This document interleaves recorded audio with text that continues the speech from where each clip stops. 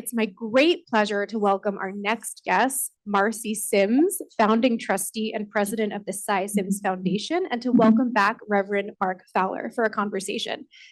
Welcome.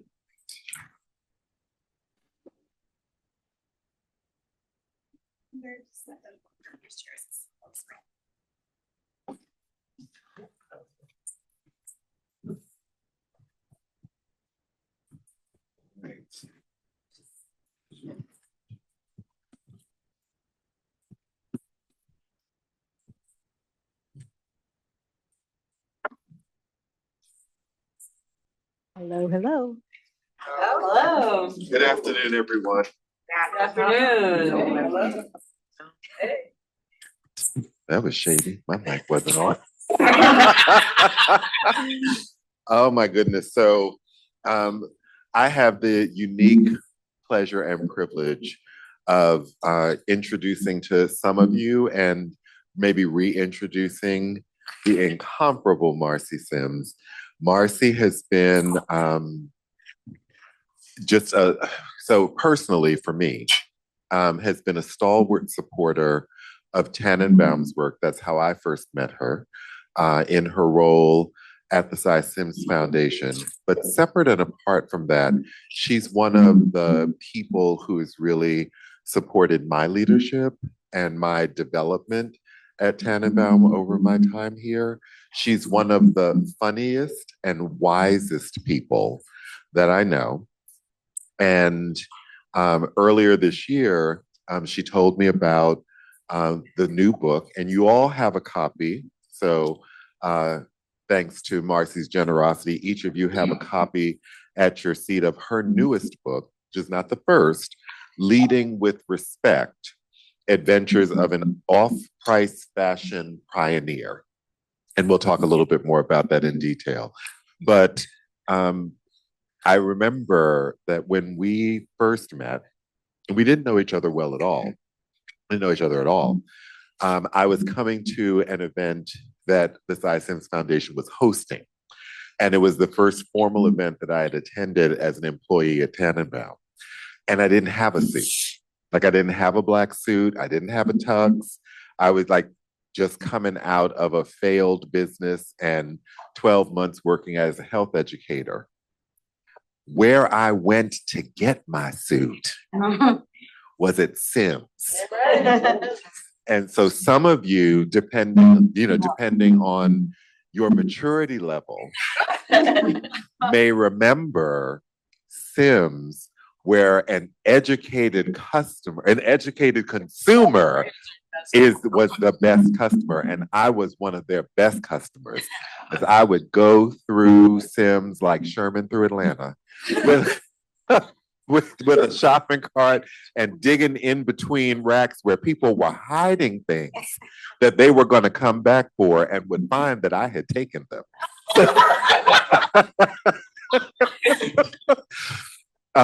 So immediately, being introduced to Marcy Syms, I was kind of like, she's who?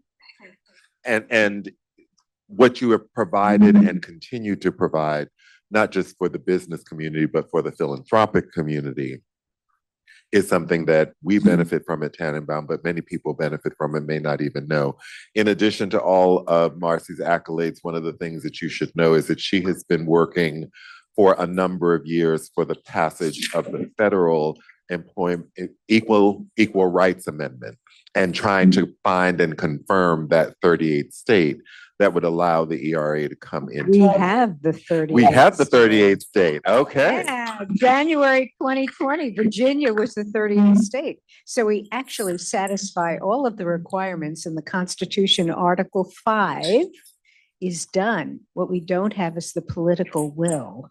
So the group that I've associated myself with in this work, we've refocused, because once you find your head knocking against a wall, you don't retreat, you just refocus. And we've refocused to the states, and we were able to get New York State to have its own ERA. There are actually now 26 states that have their own ERA, but what we found is that a lot of states don't understand how to use it. because there haven't been legislators who understand the parameters of equal rights as it relates, particularly, I would imagine here, to the women in the workplace, men and women negotiating life. And so it's actually been a very interesting journey. I've been working on that since 2013. Yeah, that's great. Thank you. Yeah. So this is a quote. This is a quote from the book, from the new book. And I'd love to hear if you could use this quote as a way just to tell us a little bit more about yourself and the work you're doing now. The thread running through all my experience is the critical importance of respect. From an early age, I was taught to respect others and expect respect in return. My father and I built a business based on respect for customers, clothing manufacturers, and our employees. Respect for their time, respect for their intelligence, respect for their hard-earned money, and respect for their diverse opinions. So that is a quote from the book. So I'd love for you to, if you could use that as a jumping off point to speak about just yourself, the work that you're working on, and what led you to write this book. Wow, I'm glad we have a whole hour. This, the idea of respect, just to show, as it resonates in my life, how pivotal it has been. It's the reason that I worked with my dad in the first place. I had 3 jobs after college. I had loved the work that I did, various kind of a gypsy. One was in the area of law, another was in the area of communications, another was actually working for the state of New York. And I was fired. And I was fired for kind of being uppity. And then uppity was kind of telling the boss something he didn't know. And being treated that way, so disrespectful, I was delighted when my father asked me to join him in his business.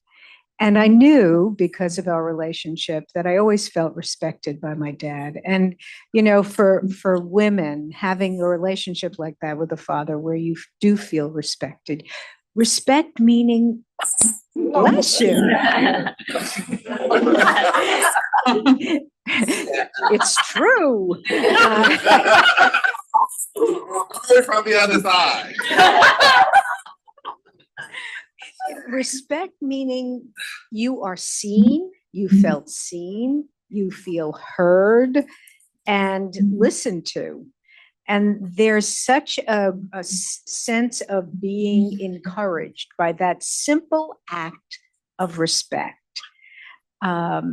So the reason I wrote the book, we started a business school at Yeshiva University back in 1986 when the company went public, and we raised some money, and the money was not used by the business. And my dad and I felt, you know, people think Jews control banks, and we don't even have a business course at the largest Jewish school in New York. So that was kind of our motivation. And it was particularly instructive to us because of the emphasis on ethics that the dual education of those students were engaged with. They had all of the worldly kind of pursuits, and they also had the pursuits of Torah. And, well, what Tanenbaum, which from the very beginning I was drawn to, and that's the golden rule. I mean, it is the thread that connects all people. And we all want to be treated well, and we should think of others and treat them the way we want to be treated. And it's very simple. I don't know why it's just so hard to get done, but it is conceptually very simple. So I wrote the book because I go back every year and I speak to these students about the school and their pursuit of education. And they don't know who Sy Syms is, the guy whose name is on the door, my dad. It's because this was so many years ago, and it gets not it gets not connected to purpose.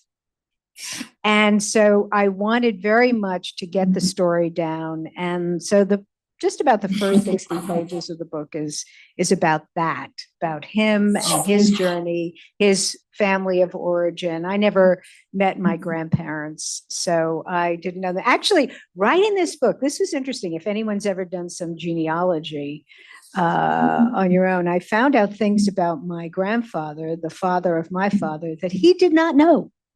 He knew that he came to America when he was a teenager from Russia. He actually escaped because during those days, I know this is diverting, but it is important for the story, that the oldest son of Jewish families were kidnapped by the Russian army, and they were placed in the army and separated from their families. I mean, it was a known operation. That was what was done.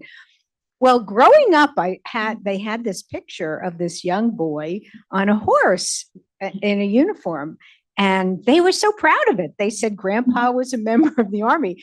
I, doing research for this book, found out that, this is what was going on in Russia. He escaped. They usually got kidnapped at about 13. And he escaped when he was 14, made it through Ellis Island.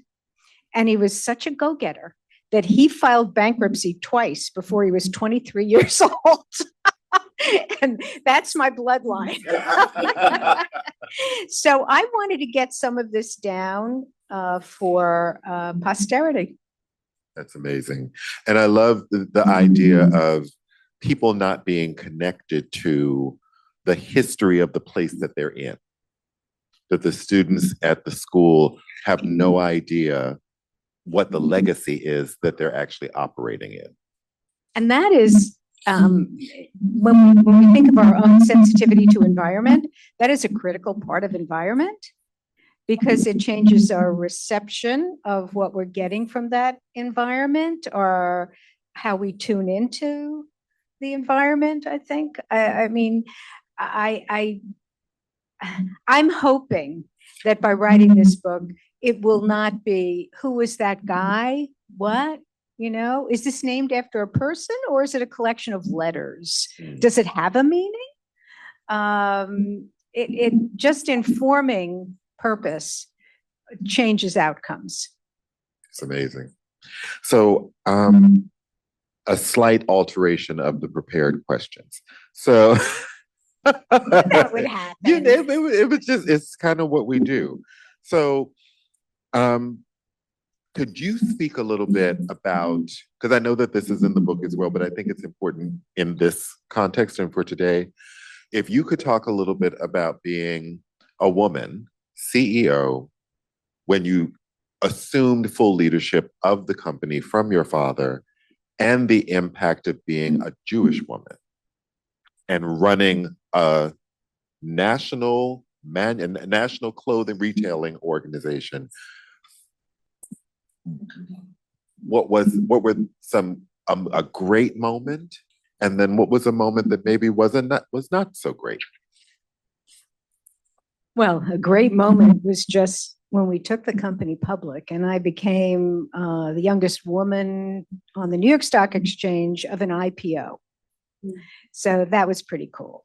I didn't know how cool it was, but because I was in charge of the PR, advertising, and community relations at the company, I got the calls. So then I found out how cool it was and became very protective of myself, because the kinds of things, it's kind of like with the female candidates that run for office, and everyone wants to know where they get their clothes, but not what they think of taxation. Maybe not so much. I mean, I noticed in the last election we just had now with the two female candidates that won governorships, that they really nailed it. I mean, they always wear, or seem to always wear, the muted color pantsuit. And after a while, people just got bored. But back in the day when I was there, no one ever got bored about this, because there was always something else they could pick on. So, the fact of being Jewish, actually, I didn't feel that at all. Walking into a room, they didn't know I was Jewish. I was a white short woman. What they assumed, because my name was the same as the guy who's started the company, was that I was there because of that. And I'm sure that that's a good part of it. I did get there because I knew the boss intimately, as he was my father. But it's also because I worked my butt off and I was really passionate about it. And probably the worst thing, besides sometimes being overlooked or assuming that I wasn't prepared. It's that part always got me. I mean, I was always more prepared than the other people in the room because I was so insecure about being discovered to be unprepared that I over-prepared. But probably the worst thing, and this is really kind of down and was internally from a disgruntled manager who felt that either I was not recognizing him and his talent enough or had overlooked him in a management meeting where we brought together, we were very conscious of, in respecting our coworkers and our management team, very conscious of always sharing everything that was going on, full transparency all the time. That doesn't mean everyone always feels that you're being transparent, and that's a challenge. But we were to the best of our ability. And he made this, I found out it was him, rumor that I wore blouses that showed my nipples. Oh. Now, this is okay, but this is really where it can get to when you have this, because you get almost like in grade school.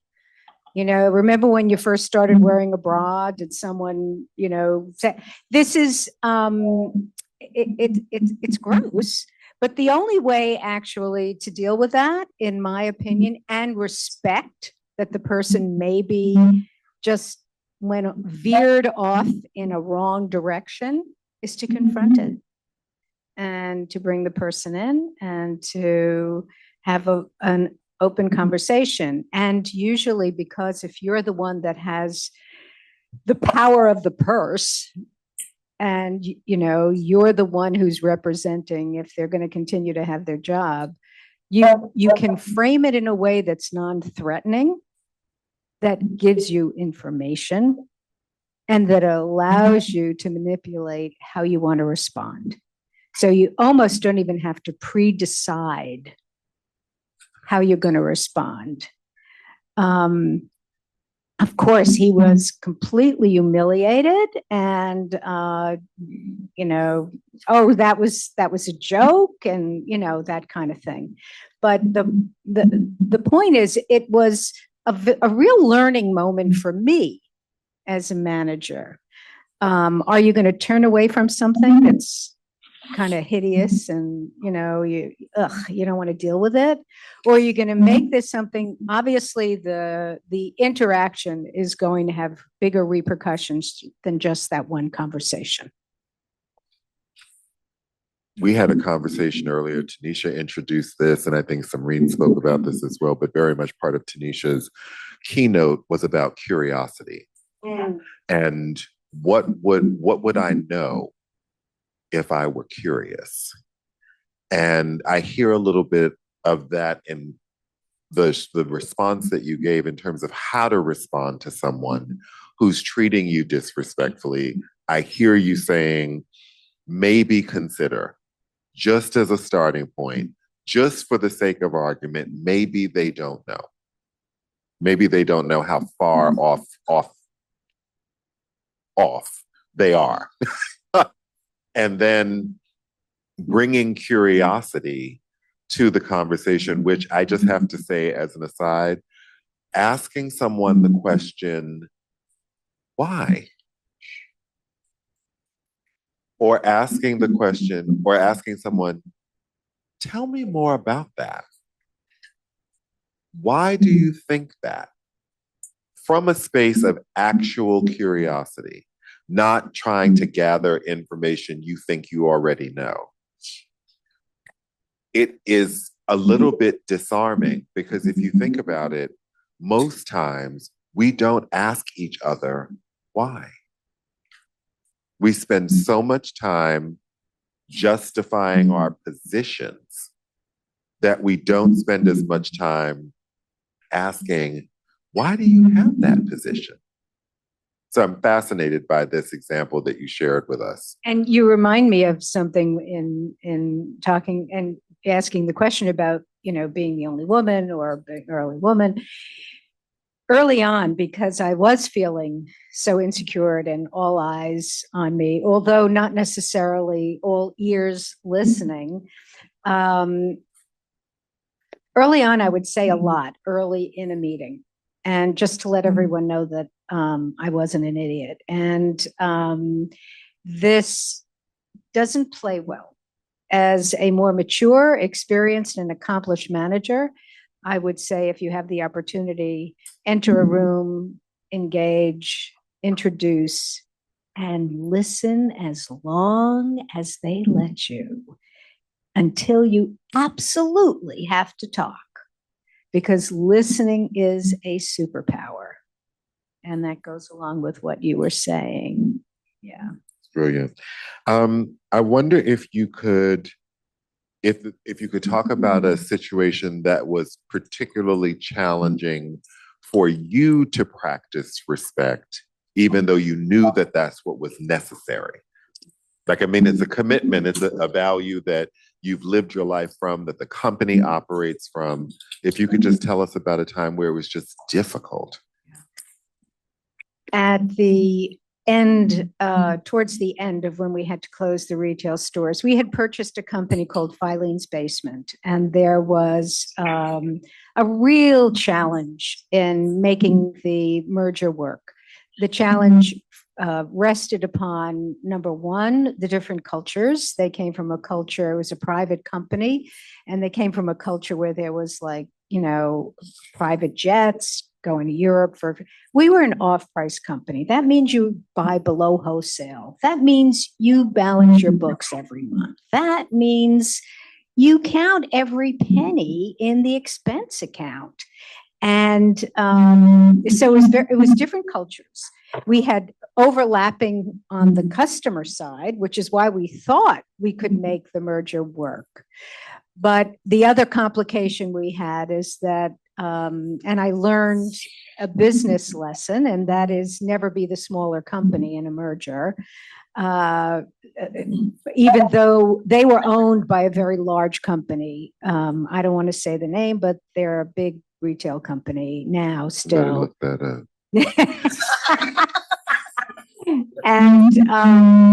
And it was clear that with all the lawyers in the room and all the accountants, they knew where their next job was coming from. And it probably wasn't coming from Syms. It was probably coming from this behemoth of retailing.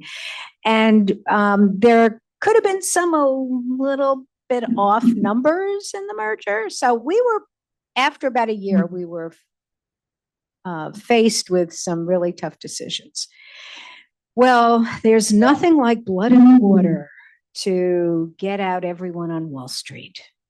So I all of a sudden had a bunch of activist shareholders on the board and hedge funds buying blocks of shares and all that kind of stuff. And honestly, between you and me, I know some of these people and they might be nice in certain circumstances, but I don't respect them because I don't respect what the private equity has done to the American economy, what it means to capitalism. I've had a real tough time with it. So that was a challenge for me because I had this ideological position about, I believe in capitalism. I think our capitalism right now is on oxygen.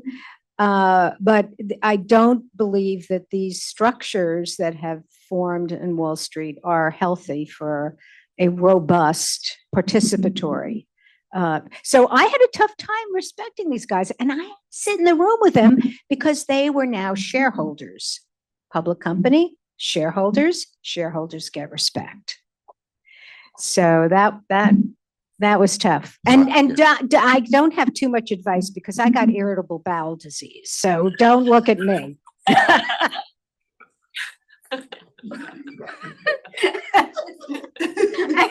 I'm sorry, Mark. Don't be sorry. It's the best thing ever. It's the best thing ever. The follow-up question I was going to ask, because I think it leads into it. At Tanenbaum, we talk a lot about respect, obviously.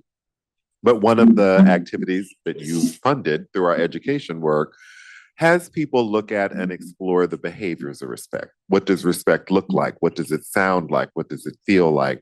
So in this example that you're talking about, what would you say were the behaviors of respect that you were not seeing from the people that you were interacting with, but you felt a moral obligation to still try and uphold for yourself? They walked into a room with a playbook that already had the last word of the play written. Mm. It didn't matter what I said. My words went this way. And there was also, I think, a bullying aspect to it. You know, they had the financial advantage and were in a position to bully me. One of the creditors actually went as off the skids to threaten my life. And I don't get it. I was told that it's not uncommon at all in that setting, that things get verbally very abusive. But I think it's not gender driven. I think the verbal abuse would have been flung if I were a guy.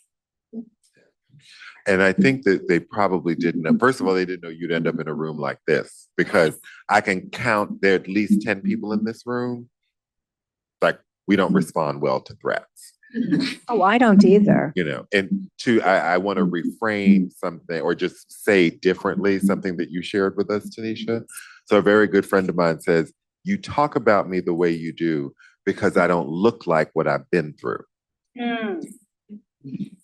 And if you knew what I had been through, you might not actually take the liberty of talking to me the way that you are.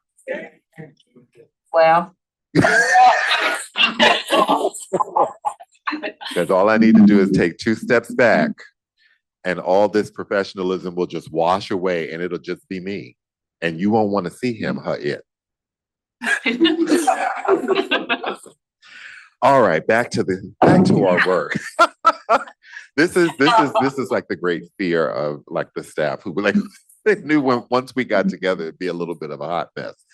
All right. So a question about your leadership team, because we've had some conversation and Brenna Artinger, our manager of the program, led us through a really powerful exercise around social change map and how do you build like a team around social change, et cetera. How did you impart to your leadership team, your management team, this hunger for respect with colleagues, with customers, with competitors even, but really with colleagues and customers? How did you do that? What were the things that you did to have people understand this as the culture of the company? First and foremost, it really isn't what you say, although your words should be consistent and should be a reflection on your actions, but it's really what you do. And so from the very beginning, when you're interviewing to hire, the process of hiring needs to be a respectful process, recognizing people's time, their feelings, their anticipation. You know, when someone comes for a job interview, how anxious they are, all of that. And one of the things my father said to me way back when is he said, the hardest thing I ever did was open the second store because I couldn't be on the register in the first store. And that's kind of the essence of trust and respecting those that you hire for management. that you enable them to be the Mr. or Ms. Syms in the store that they're in, and you give them the space to use their judgment based on what you've already taught, trained them, and exposed them to. So one of the things we did to respect the new coworker was the first 3 weeks, we exposed a person to every area of the store. They had at least 3 days in every area of the store. Very costly to do that, to let people really see what it takes to run a store. Because it's disrespectful to the intellect and curiosity of a coworker to say, well, you're in the fitting room and that's your job. Well, how do I know if I'm better at being on the register? Or how do I know I'm not better being the manager of the dress department? You have to be exposed to these things. So we believe that it's good to get a base foundation and expose people in the beginning of their job. And then they can have, once they're a person you want on your team, once they're a person that you have judged will operate through respect.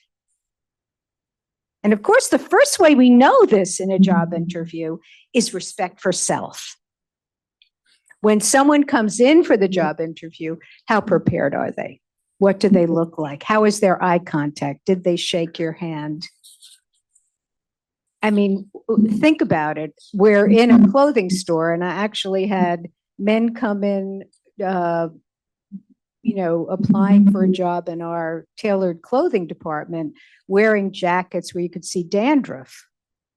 I mean, this is like, I know we're in a different age, but we can make examples of this kind of unawareness in the internet age, where we reach these moments where you get the wrong message than what the business intended you to get. So first and foremost, you have to hire people who respect themselves, and then have an environment that elaborates on that, that expands that makes them feel like they've found their place, because this is a respectful environment. And people flourish. At the end of the company, one of the most critical things to me, because we had 4 unions in our company, that was another thing, respecting that labor has a voice and should have a voice. One of the most important things was making sure people got their pensions. And so regardless of what they were threatening or that was like a keeper. We have to pay our pensions. That has to be done. And I'm very glad to say we accomplished that. And a few other things. But I do think that it's a full circle. It's really a 360 respect, and recognize as the leader of a department, as a company, when you haven't succeeded, when you've done something that could be interpreted as disrespectful, own it, correct it, engage and involve other people in the solution. And I think curiosity comes into play, because if you're not always learning as the leader, I mean, how boring is that? Very boring. Question. So one of the things that we talked about in the prep, and I do want to address this or give you some time to address this. We've had this conversation today about my wincing around unprecedented times. I think I told you it's getting on my nerve endings. And you led a company through some very serious national financial challenges, et cetera. Maybe not the same vitriol that we're seeing in terms of the kinds of polarization. However, economics often are the precursor for some of the kinds of division engaging activities that we see on the political and other scenes. So I would love for you, if there's an example that you have or a memory that you have of guiding the company through a time when the economy was dipping, and how did you sustain respect in the company during that time? Probably the strongest memory I have of something like that was 9/11. We had our flagship store was 3 blocks south of the World Trade Center. And of course, so that was very visceral for us as a company because that was Lower Manhattan was where the company was born. But there were people who actually lost family who worked in that store and there were 3 people who lost family in that event. So everyone kind of understood. I don't think it was just a matter of doing common decency things, making sure that we took time to acknowledge loss, to acknowledge grieving. Again, respect is acknowledgement. It's being seen, it's being heard, and legitimately being dealt with. So we did all that. As a culture, we also felt very patriotic. I must say that after that, if you can remember, there was the fad. Actually, I think in politics, most politicians now still do it, like it's supposed to make you patriotic. They wear these little flag pins. And I remember when the little flag pins, and I said, it kind of turned me off. I was like, is that all there is to patriotism? Give me a little flag pin and job done, But we were also very connected to the news, I think, because of the recession that began, that people felt. I know that if you remember, President Bush came out and said, what we should do now is go shopping and show them they're not going to get our lifestyle. And I went, oh, that's what we did? That's our lifestyle? But it was good for business. But but there was still a recession. And that recession was really a foretelling of recessions that happened later in the 2000s with the Great Recession, which really sucked, with 10% unemployment, sucked a lot of wealth out of the hands of our customers. So I think in those times, it's really important as a leader to try to not explain the whole picture, because you can't. And that's assuming too much of your own power, but at least to get a overview of how this situation affects us, your job, our future. And that's what people want to hear. So I'm going to ask you one more question, and then I think we're going to open it up for questions and answers. So you've kind of answered this, actually. Let me just see. I know. Yeah. Well, I guess another question that I do have is the students that you're speaking to at the business school, what's on their mind when it comes to respect in the workplace and why they're pursuing MBAs? What are you seeing? It's really, that's my phone, apologies. They're just thinking about getting their first job out of college. I mean, the amount of debt that you face after this is a 4-year degree. That's what they're thinking about. I don't think they're thinking about respect or anything. But what I tell them, and I hope they can hear, is that best to know your core values. If you get a job, if it's your first job, no harm done, no foul.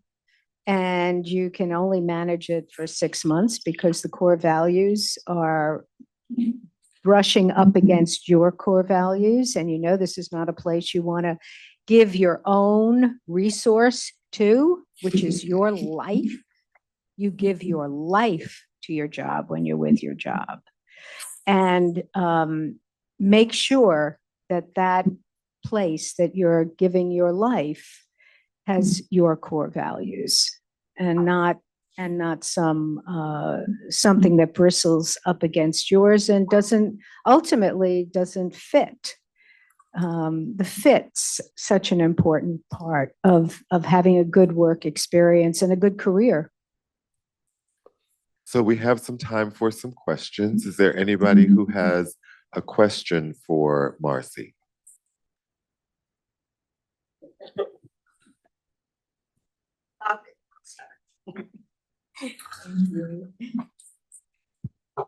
Hi, Marcy. Really enjoyed your insightful words and comments. I was thinking about something you said in your generation that it was just expected that you gave respect to people, whether it's based on their title, whether it's based on their age. It's almost like unearned. They just get the respect. But now with 5 generations in the workplace, someone mentioned that earlier. I think when you think about Gen Z, Gen Alpha, maybe even millennials, I'm not sure, but I think they don't give respect automatically. It must be earned. How do we manage that in a workplace across generations? Again, and that's a brilliant question.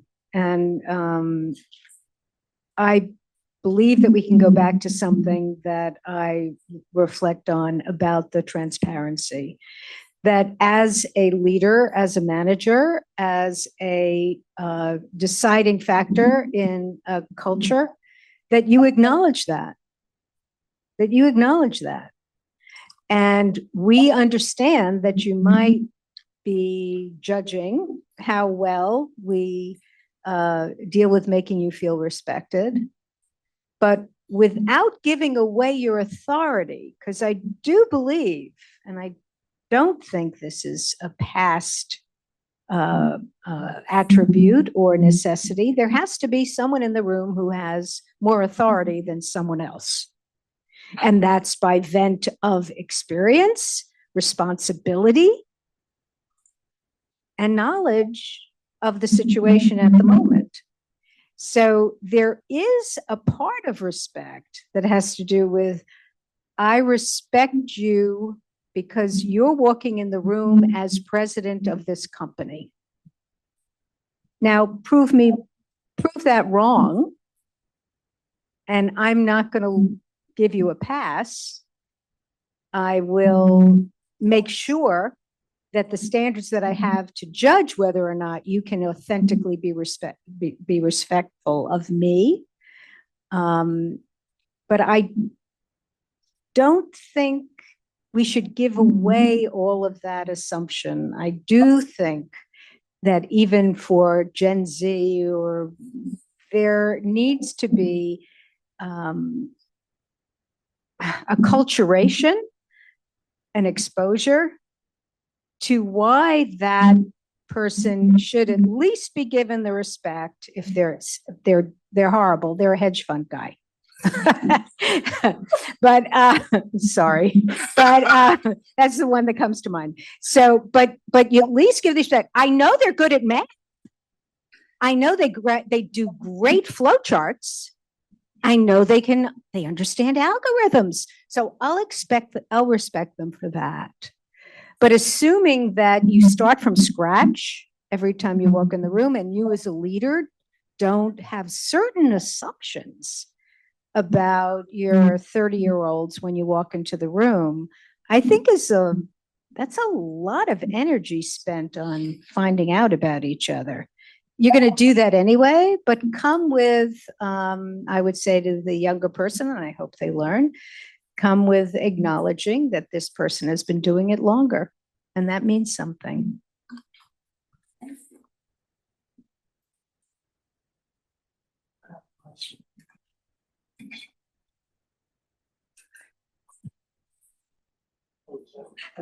Well, I was just looking through the book and I can't wait to really dive in. And I saw there's a little study guide at the end, and it talks about, one of the questions is, you talk about how retail has changed over the past 50 years. Can you give us the cliff notes on that?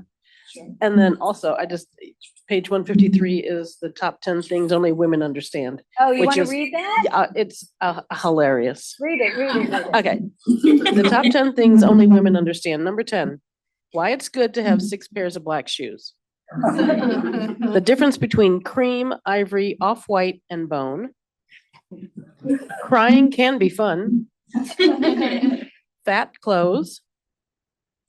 A salad. Fat as in FAT. FAT. Yeah. Yes. It could have sounded like fact. Oh, fat. Yes. A A salad, diet drink, and chocolate cheesecake make a balanced lunch. This was my favorite. Why discovering a designer dress at full markdown in Syms can be considered a peak life experience. Gosh, the inaccuracy of every bathroom scale. A good man might be hard to find, but a good hairdresser is next to impossible. Why a phone call between two women never lasts under 10 minutes. And the number one thing that women understand, other women. So that's good. That's a little, but the 50 question. years of history in the retail business. So retail, someone makes something and someone thinks that they have the skill or the interest and the ability to make a profit off of selling it for them. And that's just the basic thing. There was the manufacturer. Then over time, there was the middle person who was kind of the agent or the manager for the manufacturer. As manufacturing moved offshore, more and more, we had this group of people who were buying offices or trading companies. They dealt with the factories through the manufacturer, whatever name it is, I don't know, Calvin Klein, or I'm not going to mention verticals because that comes later, but they were able to identify those. And a good part of this last century was department stores. Department store building was synonymous with the development of malls. And malls were synonymous with the development of highways. And highways were synonymous with the development of the suburbs. So all of this was happening in mid-century, the last century America, and retail adapted to all of these structural changes. When Syms came around, there were already discounters. Discounters were able to buy at wholesale and take a shorter markup. Their margin was less than the department stores. And so if the department store was marking up by 100%, they would only mark up by 50. And so you knew you might not get the exact same thing, but you knew that you could get it at 50% less. What Syms did to disrupt the retail chain was to only buy below wholesale. If we couldn't get the manufacturer to sell us below wholesale, we couldn't, because we were working on a first markup of just about 32 to 35%. So you always found something at Syms we aimed for within 10% of the official manufacturer's wholesale price. All right. That has become the formula for, not anymore because they're doing their own manufacturing and so they control the costs, but that became the formula for the growth of Marshalls and TJX. And then there were the department stores that, like Nordstrom's became Nordstrom's Rack and Saks is off Fifth and all these, where they have their own store brands marked down, plus they also have overruns, additional pieces that are done by the manufacturers that do get a cheaper, they get a more cost efficient, if you will, price to the consumer. And the proliferation, mostly, in my opinion, of the vertical retailer is one of the biggest things. That, along with the internet. I mean, during COVID, I was a holdout for Amazon and, online. I really was. I really wanted to support bricks and mortar and those jobs. When I walked into CVS and they only had the scanning machines, I said, no, I need a human being because I want someone to have a job. I'm not going to give in. I know it's a losing battle, but so the vertical retailers like the Limited, and that's one now that's kind of gone out, but we see Benetton is coming back. We had, they're back in Europe. They've opened some stores. They were one of the first verticals. Vertical means you buy the fabric. I'm just talking about clothing now. There are other types. I mean, Amazon is a vertical for a lot of things that they do. They control all the costs in the supply chain. They control, that's what vertical means. You control all the costs in the supply chain.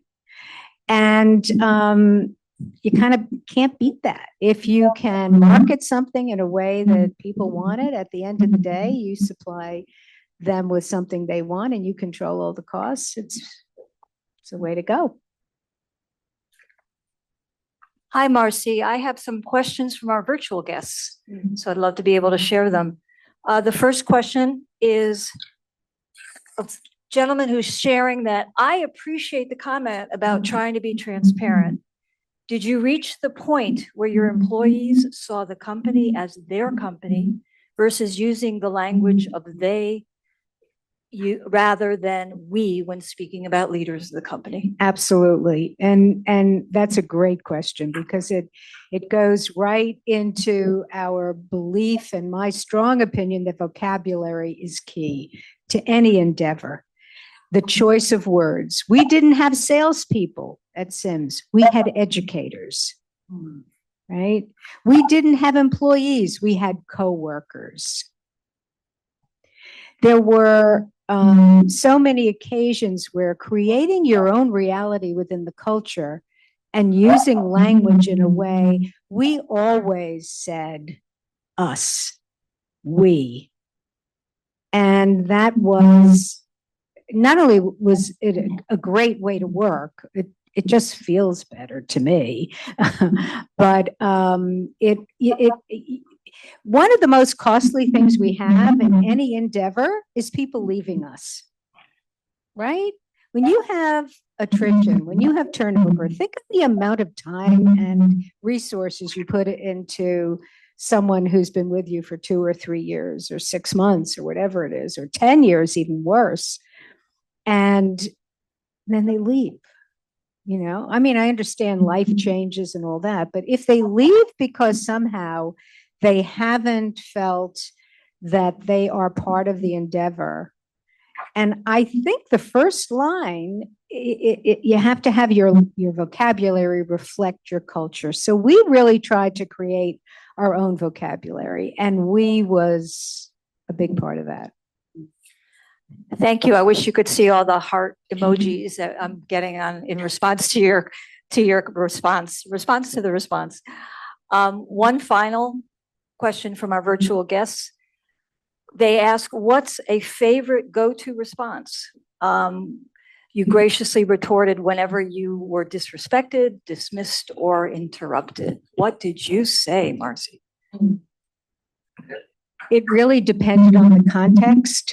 Because being disrespectful, being disrespected in a room full of union managers or attorneys or analysts from Wall Street is very different from being disrespected by a coworker. It just felt different to me. So I didn't deal with it the same way. Usually with Wall Street, I would do what Mark said earlier. I would say, you know, why do you say that? I'd like to hear more about that. Let me understand. Did I hear you say? The impulse is to correct right away, but that escalates the disrespect. So I would defer to the being curious as to why someone's being disrespectful. And then one of my other favorite C words is courage. And then have the courage to be silent and listen to the answer, because it's not always what you want to hear. Thank you, Marcy. You've made our virtual guests very happy. Thank you. Excuse me. So you can see why when Marcy told me that she was writing, that the book was pretty much done, was done at the beginning of the year. And I was kind of like, you wrote a book called Leading with Respect. I think I have a place for us to talk about that. I want to thank you so much for making the time available, for, you know, sharing your experience in this book and the others that you've written? Just one other. Just one, well, Yeah, I And mean, now- and it was a really long time ago, 1992, and it was about family business. It's called No, it's called Mind Your Own Business and Keep It in the Family. but I do think that there is something that you said about, and I think it's really an important piece, which is sharing this information is not something you have to do. But I would say, from my experience of knowing you, it's something that you wouldn't be right in the world if you didn't share what there is for you to share, what's yours to do, in hopes that it might be helpful to people. And I hope that you know that, at least for this group, it has been helpful for us to consider the behaviors, the actions, the responses of what it takes to lead with respect. And something that I'm taking away from the conversation is that I think we sometimes talk about all of these topics at work as if they're different from our lives. Like there's a way that we are for whatever the life cycle of your job day is, and then you're different somehow when you're not at work. And the things that you're sharing with us, these are these dynamics and these skills are things that we may do already with people that we care about, which then brings the question of why would we operate differently at work than the people who are dearest to us? We're kind of creating a false dichotomy for ourselves. And it's one thing to deal with craziness that somebody else creates, but if we're creating the crazy ourselves, then we actually have something that we can do about that. Thank you, Mark. Thank you so much. Please help me thank Marcy Syms.